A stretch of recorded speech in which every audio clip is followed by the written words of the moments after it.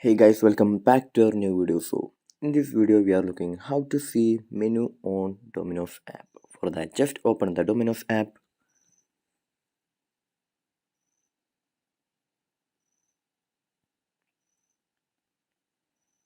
and you can see the menu option on the bottom left corner, or you can see by tapping on the profile on the top right corner. Just go to the profiles and you can see the option menu right here.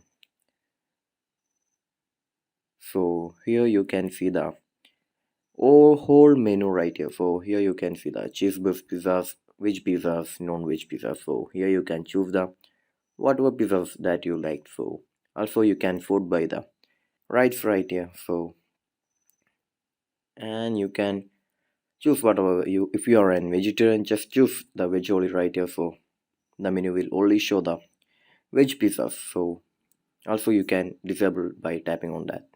So here you can see a whole menu on Domino's app. So I hope this video was useful for you. So just do like, share, subscribe to our channel. Thank you and have a nice day.